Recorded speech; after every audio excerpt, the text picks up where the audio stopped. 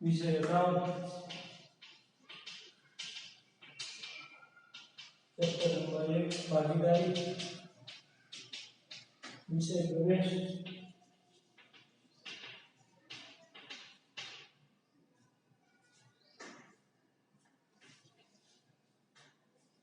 આગળના લેક્ચરની અંદર ઉદાહરણ નંબર 1 થી લઈ ઉદાહરણ નંબર 6 ની રીત સુધીનું પૂરું કરી દીધા બાદ ઉદાહરણ નંબર 7 રીત નંબર 7 વિશે વાત કરીએ। ઉદાહરણ નંબર 7 રીત નંબર 7 વિશે વાત કરીએ તો અંદર આવેલું છે રામ લક્ષ્મણ અને સીતા એક પેઢીના ભાગીદાર છે। રામ લક્ષ્મણ અને સીતા એક પેઢીના ભાગીદાર છે। તારીખ 1/4/2016 ના રોજ તેમની મૂડી અનુક્રમે એટલે કે આપણે મૂડી આપી દીધી છે। મૂડી જે છે એ અનુક્રમે 40,000 30,000 અને 80,000 છે। ત્યારબાદ વર્ષના અંતે નફાની વહેંચણી કર્યા પછી માલુમ પડ્યું કે મૂડી પર 12% વ્યાજ આપવાનું રહી ગયું છે। તો અહીંયા આપણે સૌપ્રથમ મૂડી પર વ્યાજ આપીએ કારણ કે જે મૂડી હતી એના પર વ્યાજ આપવાનું રહી ગયું તો એનો મતલબ એવો થાય કે મૂડી પર વ્યાજ જે છે એ ભાગીદારના પૈસામાં વધારો કરે। મૂડી પર વ્યાજ જે છે એ ભાગીદારના પૈસામાં વધારો કરે પણ આપવાનું ભૂલાઈ ગયું છે તો સૌપ્રથમ આપીએ 12% લેખે આપીએ તો 40,000 ના 12% એટલે 48 12 ને 30,000 ના 12% એટલે 12 એટલે 3600 રૂપિયા અને 8 એટલે 12 એટલે 96 9600 રૂપિયા આ મૂડી પર વ્યાજ હતું। મૂડી પર વ્યાજ પૈસામાં વધારો કરે એટલા માટે શું કરે છે ભાગીદારના પૈસા વધે તેના કારણે એને શું કરવામાં આવશે પ્લસ કરવામાં આવશે। તો આ ટોટલ અમાઉન્ટ જે છે એ 18,000 રૂપિયા થાય છે। તો ભૂલ સેમ છે કે આ 18,000 રૂપિયા એ મૂડી પર વ્યાજ આપવાનું હતું જે અપાણું નથી તેનો મતલબ એવો થઈ શકે કે જે 18,000 રૂપિયા હતા એ ભૂલથી નફા નુકસાનના પ્રમાણમાં વહેંચાઈ ગયેલા સંદર્ભ કોઈ પૈસા આપવાનું બાકી છે ભાગીદારો આ પૈસા વહેંચી નાખે તો હંમેશા નફા નુકસાનના પ્રમાણમાં વહેંચે અને નફા નુકસાનનું પ્રમાણ આપેલું નથી એટલા માટે કેટલું હશે સરખું પ્રમાણ એટલે કે 1:1 છે। તો 18,000 રૂપિયા જે છે એ 1:1 ના પ્રમાણમાં વહેંચાઈ ગયેલા હશે માટે 18,000 ને 1:1 એટલે 18,000 ગુણ્યા 1 ભાગ્યા 3 કરીએ એટલે 6,000 રૂપિયા આવશે। મોટા છે એટલા માટે શું કરીશું માઈનસ કરીશું બાદબાકી કરીએ 4800 - 6000 એટલે -1200 3600 - 6000 એટલે -2400 અને 9600 - 6000 એટલે આવશે +3600 રૂપિયા। જે માઈનસ હોય તેને કરીએ ઉધાર અને પ્લસ છે આપણે કરીએ જમા। તો આપણો થાય રામ ખાતે ઉધાર 1200 રૂપિયા લક્ષ્મણ ખાતે ઉધાર 2400 રૂપિયા તે સીતા ખાતે 3600 રૂપિયા થાય। ફરીથી એક વખત વાત કરીએ સૌપ્રથમ આપણને આની અંદર આવી દીધેલી છે મૂડી 40,000 30,000 ને 80,000 રૂપિયા તો મૂડીને વેચી દીધી 80,000 ના।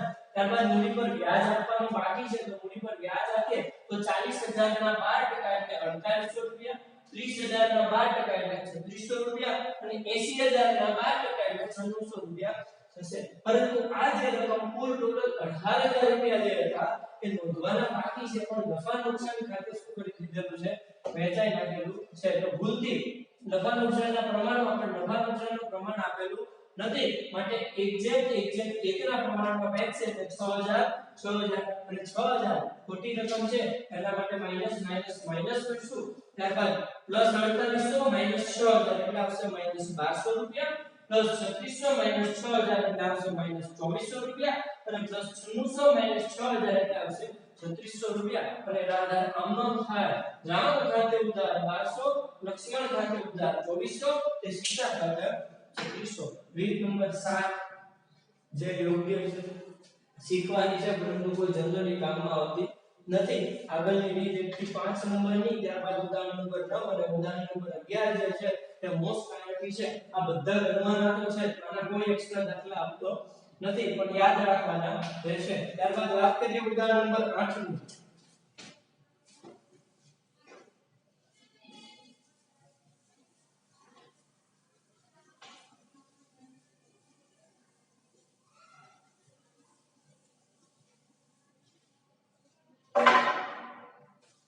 ઉદાહરણ નંબર 8, રીત નંબર 8.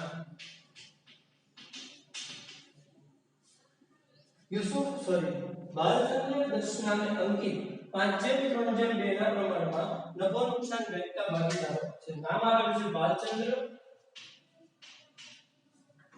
દર્શના અને અંકિત.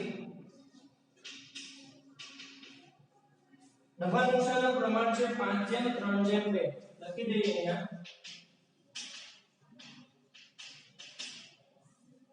5:3:2. હવે જોઈએ કે વર્ષના અંતે હિસાબના અંતે હિસાબો તૈયાર કર્યા પછી માલુમ પડ્યું કે ઉપર પર વ્યાજ ગણવાનું રહી ગયું છે. ઉપર પર વ્યાજ અનુક્રમે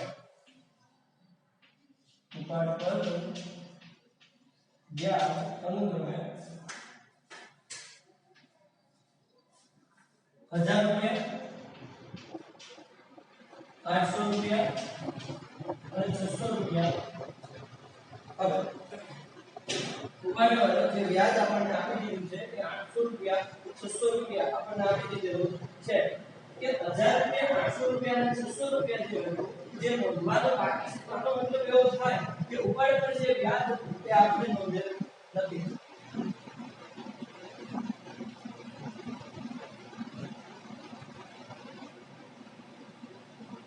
ઉપર જે વ્યાજ 1000 રૂપિયા, 800 રૂપિયા, 600 રૂપિયા આપવાનું છે તે આપવાનું નથી. આનો મતલબ એવો થાય કે ઉપાડ જે છે એ ભાગીદારના પૈસામાં ઘટાડો શું કરે છે? ઉપાડ જે છે એ ભાગીદારના પૈસા ઘટાડો કરે એટલે માટે શું કરીશું? માઈનસ સાઈન આપીશું. હવે થાય છે ટોટલ 1800 અને 600 કરશો એટલે ટોટલ આવે છે 2400. ભૂલથી શું થાય કે આ 2400 રૂપિયા ઉપર પર વ્યાજ ગણવાનું બાકી છે, તો એના બદલે આપણે કરેલું શું હશે કે ભૂલથી નફા નુકસાનના પ્રમાણમાં વહેંચાયેલું હશે. નફા નુકસાનનું પ્રમાણ આપી દીધું છે 5:3:2 એટલે કે 2400 રૂપિયાને સૌપ્રથમ 5:3:2 માં વહેંચી નાખીએ તો 5 ને 3 8 ને 2 10 થાય. માટે 2400 ગુણ્યા 5 ભાગ્યા 10 એટલે 2400 ગુણ્યા 5 ભાગ્યા 10. તો 2400 ગુણ્યા 5 ભાગ્યા 10 કરશો એટલે આવશે 1200.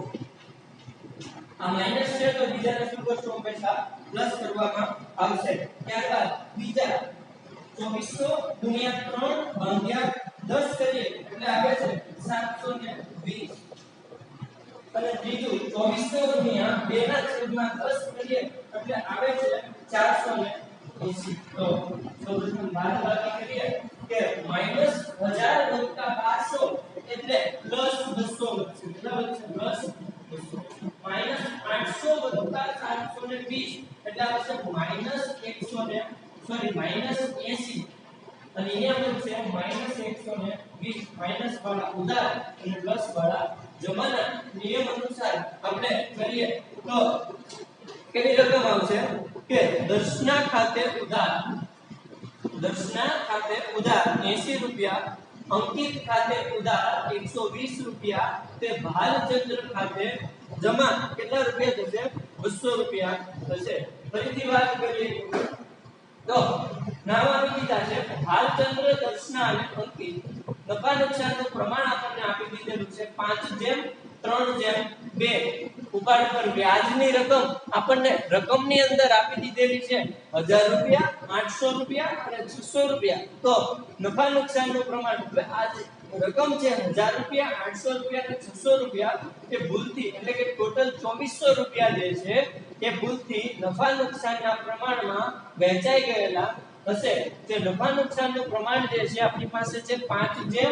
3/2 તો 5/3/2 નું ટોટલ થાય 10 એટલે કે પહેલું પ્રમાણ ગોતીએ 2400 ગુણ્યા 5/10 કરશો એટલે રકમ આપણને મળશે 1200 રૂપિયા ત્યારબાદ 2400 ગુણ્યા 3 ભાગ્યા 10 કરશો એટલે રકમ મળશે 720 રૂપિયા અને 2400 ગુણ્યા 2 ભાગ્યા 10 કરશો એટલે રકમ મળશે 480 તો વાત કરીએ ઉપાડ પર ટોટલ 1000 માંથી એટલે કે -1000 વત્તા 1200 કરશો એટલે જવાબ આવશે 200 ત્યારબાદ -800 વત્તા 720 કરશો એટલે જવાબ આવશે -80 અને -600 વત્તા 480 કરીએ તો -120 તો જે માઈનસ છે એમને ઉધાર કરીએ તો આમ નોંધ આવે દર્શના ખાતે ઉધાર 80 રૂપિયા અંકિત ખાતે ઉધાર 120 રૂપિયા તે બાલચંદ્ર ખાતે કેટલા રૂપિયા આવશે આપણી પાસે 200 રૂપિયા આવશે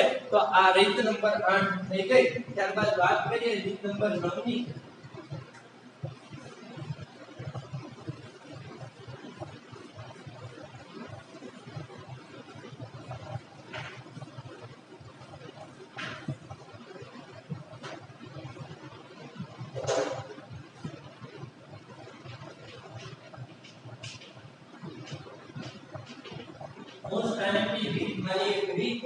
યુસુફ હારૂન અને કોડાવાલા સૌપ્રથમ મારે વ્યવસ્થિત રીતે લખવું યુસુફ હારૂન અને છેલ્લા આપેલા છે કોડાવાલા યુસુફ હારૂન છે કોડાવાલા એક પેઢીના ભાગીદાર છે તેમની વચ્ચે નફા નુકસાનનું પ્રમાણ જે છે એ આપણને આપી દીધેલું છે 3/2/1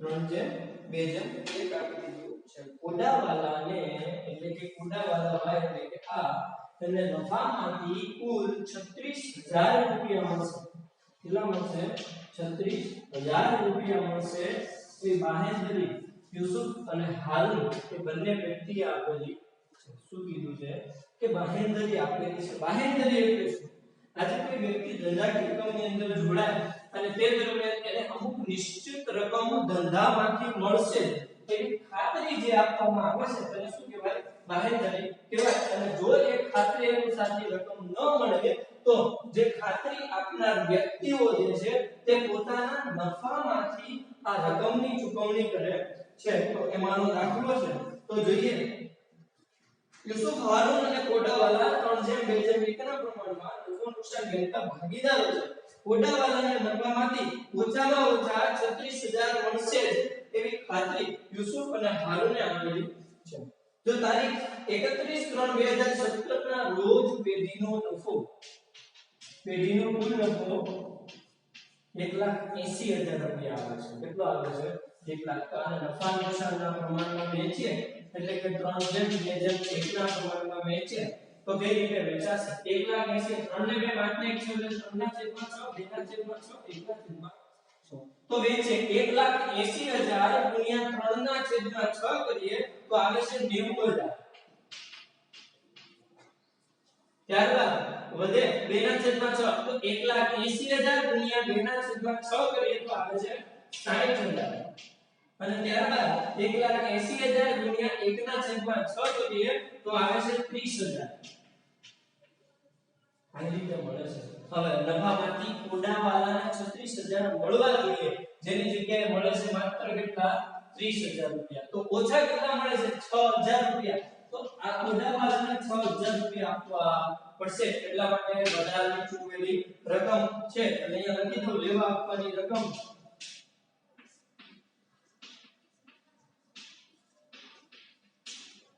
કોડાવાલાને કેટલા આપવાના રહેશે 6,000 જે છે એ આપવાના રહેશે હવે જોઈએ ટોટલ 6,000 રૂપિયા છે આ ભાગીદાર એટલે કે બાકીના યુસુફ અને હારૂને જે ખાતરી આપી તે લાવશે કેવી રીતે તો ત્યારે યુસુફ અને હારૂનનું જે પ્રમાણ હતું એટલે કે 3/2 માત્ર એ જ ગણવાનું રહેશે એટલે કે 3/2 જ ગણવાના એક ગણવાના રહેશે નહીં આ યુસુફનું છે અને આ હારૂનનું છે તો તો યુસુફનું પ્રમાણ 3 અને હારૂનનું પ્રમાણ 2 એટલે 3 ને 2 5 એટલે 3 ના છેદમાં 5 2 ના છેદમાં 5 તો વેચે 6000 ગુણ્યા 3 ભાગ્યા 5 કરવાનું એટલે તમારા 6000 ગુણ્યા 3 ભાગ્યા 5 કરશો એટલે 3600 રૂપિયા આવશે અને અહીંયા 6000 ગુણ્યા 2 ભાગ્યા 5 કરશો એટલે આવશે 2400 રૂપિયા આ જે રકમ જે છે એમને શું કરવાની રહેશે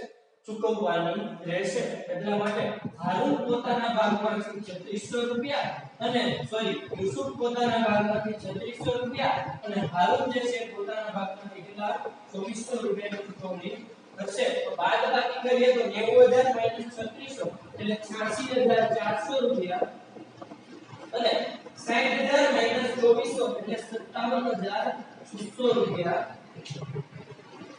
તો પેઢીમાંથી યુસુફને મળતી રકમ 86400 હારૂનને મળતી રકમ 57600 છે અને કોડાવાલાને કેટલા મળે છે 36000 રૂપિયા મળે છે તો આ બાહેંધરીનો દાખલો છે ફરીથી એક વખત વાત કરીએ તો ત્રણ ભાગીદાર છે રીત નંબર 9 ની વાત છે યુસુફ હારૂન અને કોડાવાલા નફા નુકસાનનું પ્રમાણ છે 3:2:1 3:2:1 વર્ષના અંતે 31/3 ના રોજ પેઢીનો નફો 1,80,000 રૂપિયા થાય છે વર્ષના અંતે પેઢીનો નફો 1,80,000 રૂપિયા થાય છે તો નફા નુકસાનના પ્રમાણમાં આ રકમની વહેંચણી કરીએ નફા નુકસાનના પ્રમાણમાં આ રકમની વહેંચણી કરીએ તો 90000 60000 અને 30000 કેવી રીતે તો 1,80,000 ગુણ્યા 3 ભાગ્યા 6 કરીએ એટલે આપણને મળશે 90000 રૂપિયા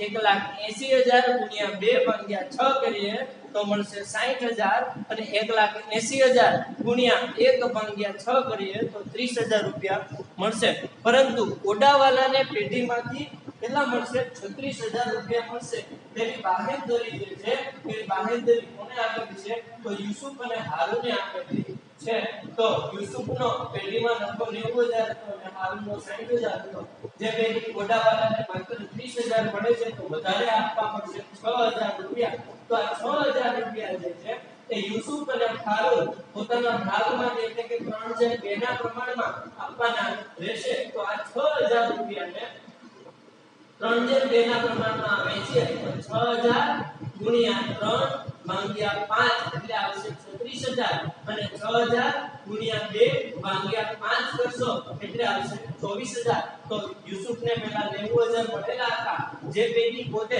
3600 રૂપિયા જે છે એ કોને આપે છે યુસુફને ચૂકવે છે કોડાવાલાને ચૂકવે છે અને હારૂનની રકમ પહેલા 60000 હતી જે પેઢી 2400 રૂપિયા જે છે એ કોડાવાલાને આપે છે એટલે બંનેના થઈને કોડાવાલાને 6000 મળે છે અને યુસુફને પેઢીનો નફો 86400 રૂપિયા થાય છે હારૂનને 57600 અને કોડાવાલાને પોતાની બાહેંધરી અનુસાર 36000 રૂપિયા પેઢીમાંથી મળે છે ત્યારબાદ આગળ ઉદાહરણ 10 ની વાત કરીએ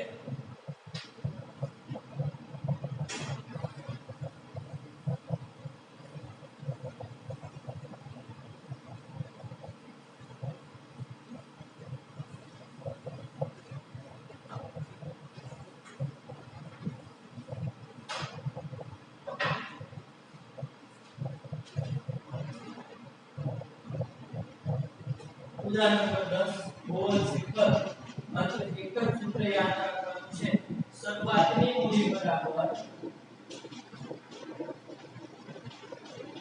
આખરની મૂડી પ્લસ ઉપાય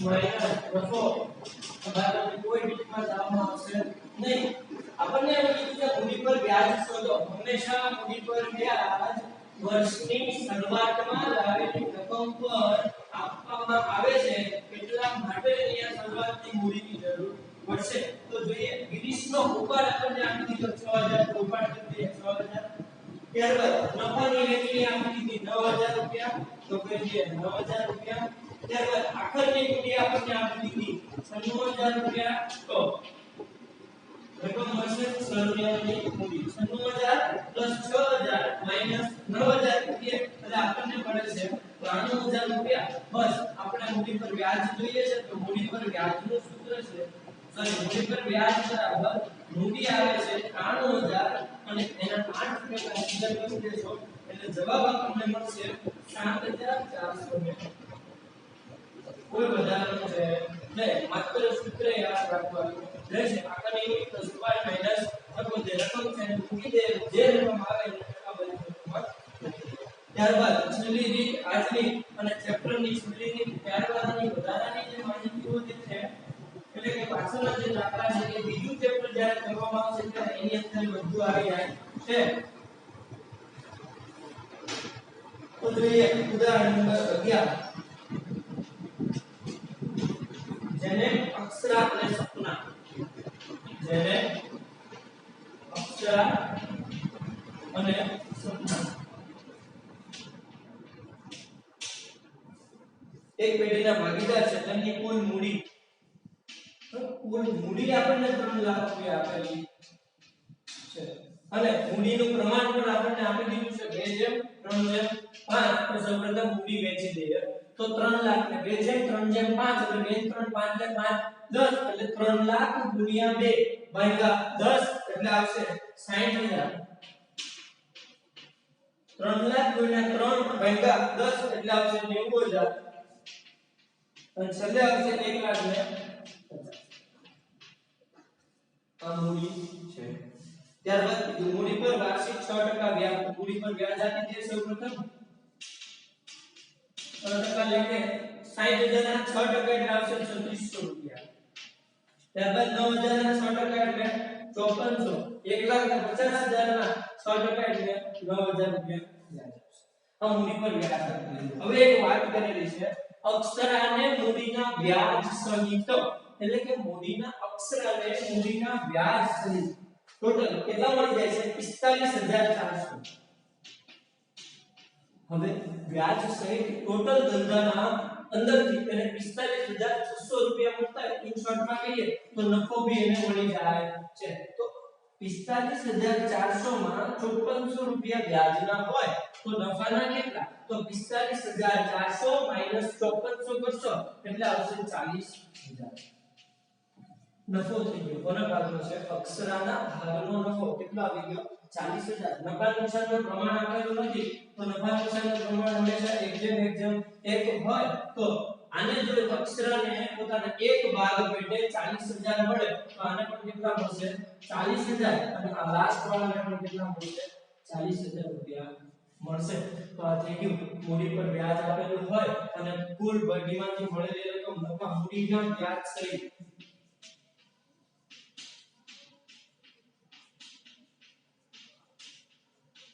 વ્યાજ સહિત મળેલી રકમ આપણને આપેલી હોય ત્યારે એના આધારે શું કરવાનું રહેશે નફા શોધવાના રહેશે નફો મળી જાય ત્યારબાદ આનું ટોટલ મળે 40000 + 3600 એટલે 43600 અને અહીંયા 40000 + 9 એટલે 49000 રૂપિયા આ રીતનું નંબર 11 સુધીનું તમારું પૂરું અને અહીંયા સુધીનું તમારે કમ્પલસરી નોટબુકમાં જે ગણાવેલું છે એ બે વખત ગણવાનું રહેશે અને દાખલા જે સ્વાધ્યાયની અંદર આના જેવા પેરેલલ જે દાખલા છે એ બી તમારે જાતે ગણવાના રહેશે ત્યારબાદ ફરીથી એક વખત વાત કરી દે દાખલાની તો નામ આપી દીધા છે જેને અક્ષરા અને સપના નું મૂડીનું પ્રમાણ આપણને આપી દીધું છે 3 લાખ રૂપિયા કેટલું આપી દીધું છે મૂડીનું પ્રમાણ આપણને 3 લાખ રૂપિયા આપી દીધેલું છે તો જેને અક્ષરા અને સપના જે છે એ ની મૂડી 3 લાખ રૂપિયાના ભાગીદાર વચ્ચે વેચી દે તો 60000 90000 અને 1,50,000 રૂપિયા આવશે તો ત્યારબાદ આગળ વાત કરીએ મૂડી પર વ્યાજ કેટલા ટકા છે 6% છે તો મૂડી પર વ્યાજ સૌપ્રથમ આપીએ 60000 ના 6% એટલે આવશે 3600 રૂપિયા કેટલા આવશે 60000 ના 6% એટલે આવશે 3600 રૂપિયા 90000 ના 6% એટલે આવશે 5400 રૂપિયા અને 1,50,000 ના 6% એટલે આવશે 9000 રૂપિયા આવશે ત્યારબાદ આપણને એવું કીધું છે કે અક્ષરાને પેઢીના નફામાંથી અક્ષરાને પેઢીમાંથી કુલ 45,400 રૂપિયા મળે છે. અક્ષરાને પેઢીમાંથી કુલ કેટલા મળે છે? 45,400. જે પૈકી તેના વ્યાજના હતા માત્ર 5400 રૂપિયા. કેટલા હતા વ્યાજના? 5400 રૂપિયા હતા. તો વાત કરીએ કે ટોટલ એને 45,400 મળતા હોય તો એની અંદર એની રકમ કેટલી, એટલે કે નફાની રકમ કેટલી? તો 45,400 માંથી 5400 રૂપિયા તમે બાદ કરશો એટલે તમને 40,000 રૂપિયા મળશે. કેટલા રૂપિયા મળશે? 40,000 રૂપિયા તમને મળશે. પરંતુ આ જે 40,000 રૂપિયા જે છે એ નફાના છે અને પોતાના ભાગ પેટે, એટલે કે બધા ભાગીદાર વચ્ચે નફા નુકસાનનું પ્રમાણ જે છે એ કેટલું છે? 1:1 છે. તો બધા ભાગીદારનું પ્રમાણ 1:1 હોય તો જો અક્ષરાને 40,000 રૂપિયા મળે તો જેનેટને પણ કેટલા મળશે? 40,000. અને સપનાને પણ કેટલા મળશે? 40,000. તો બધાનું ટોટલ મારીએ એટલે 43,600 રૂપિયા. અક્ષરાને મળશે 45,600 અને સપનાને મળશે 49,000 રૂપિયા મળશે. આપણી 11 રીત અહીંયા પૂરી થાય છે. અને ત્યારબાદ વાત કરીએ હવે જે બાકીની રીતો જે છે, એટલે કે આના પછીના જે દાખલા છે એ વાર્ષિક હિસાબ, એટલે કે ચેપ્ટર નંબર 2 માં કામમાં આવે એમાંના દાખલા છે.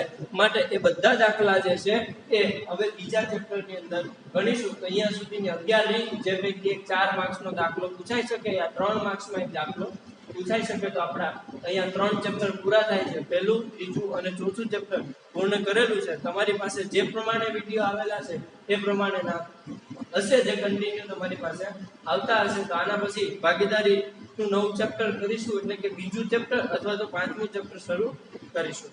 તો આજ માટે આટલું.